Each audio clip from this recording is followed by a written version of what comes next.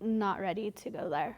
It's just a lot. Her name is Kelly, and we are not showing her face. I'm just not ready yet. Not ready to add her own image to the ones I saw another body down, still circling in her own head. and they just kept telling me to breathe, to breathe, to breathe. She and her 7-year-old son were not injured that day, but the memories of the gunfire and the mass panic and all those haunting images remain. I hope that I can eventually get to the point where I don't think about it at least once a day. And to do that, she and her son sought counseling here.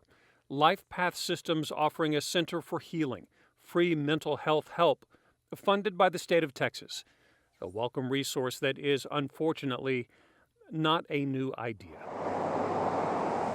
Because in places like Santa Fe, Texas, south of Houston, my advice unequivocally is to get help the sooner the better. the same search for resiliency is in its 6th year. The first year being normal for people to be in shock and just trying to kind of put one foot in front of the other, and then the dust kind of settling. I feel like that's where you guys are at. Jacqueline Petit knows because the Resiliency Center she directs is still operating 2 miles east of Santa Fe High School, where 10 students and staff were killed in 2018. Help for former students like Caitlin Richards.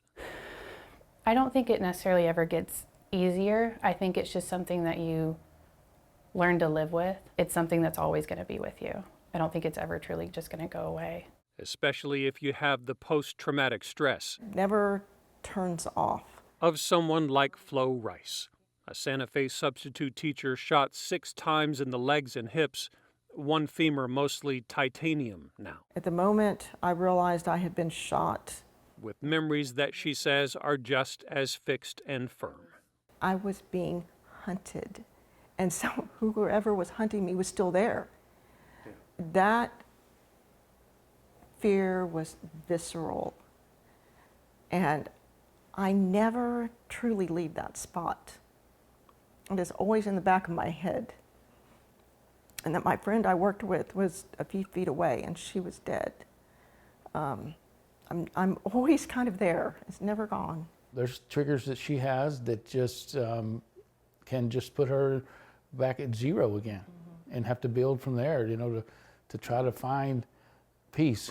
But seeking that sense of peace came with similar free counseling services offered through Galveston County, and dozens a week continue to get help at the Resiliency Center in that strip mall in Santa Fe. I think it's really important to have something like this, especially in communities that don't have a lot of mental health services that are already established.